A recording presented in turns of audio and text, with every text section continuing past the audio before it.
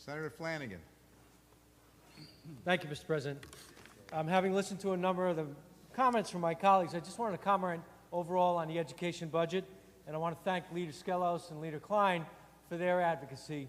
You know, if you look where we started, the governor gave us a good template, and he deserves credit for putting more money into education. Based on what we did last year, if we had followed the law, or if the governor had followed the law, we would have been starting at about $200 million less than where we were when he came out with his budget. So he, in a positive way, overlooked what we did last year, put more money on the table, put a pot of about $200 million that everyone knew we were going to do something with. So where he started gave us a very good opportunity to move ahead in a positive way. I think two basic things stick in my mind. No matter what community you live in, no matter what your level of income, your education, parents want the same thing every corner, every community in the state. They want access and opportunity for their child to have a quality public education. I believe with this budget that we are investing in public education and that we are properly funding within the fiscal constraints that we have to education in the state of New York. We should not have to apologize for the amount of money that's in this budget.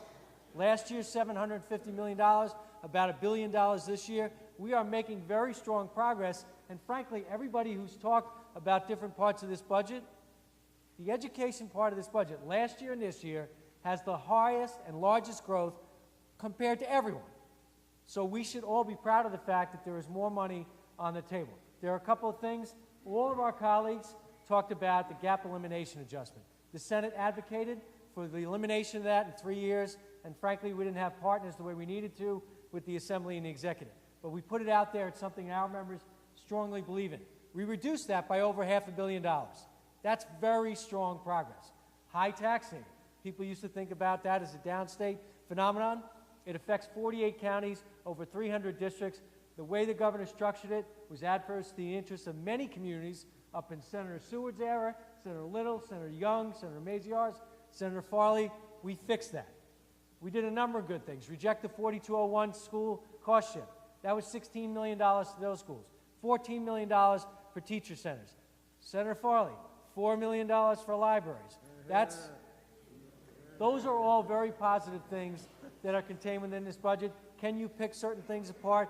Would someone want to change the gap elimination adjustment? Yes. Do I believe we put good money in for non-public schools? Do I support that for the safety of all kids, no matter what type of school you attend? I very strongly support that, and I think many of my colleagues do. So the way I think we should be viewing this as a very positive step forward, and how do we continue to build on this? We are going to have to talk about regional high schools, distance learning, technology, and computer for kids in all communities across the state of New York, but that's going to be part of where we go. So no one should feel badly about what we've advocated for in terms of public education in the state of New York.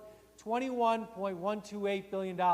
That is a lot of money, and that is a very strong investment in kids in every part of the state of New York. Thank you.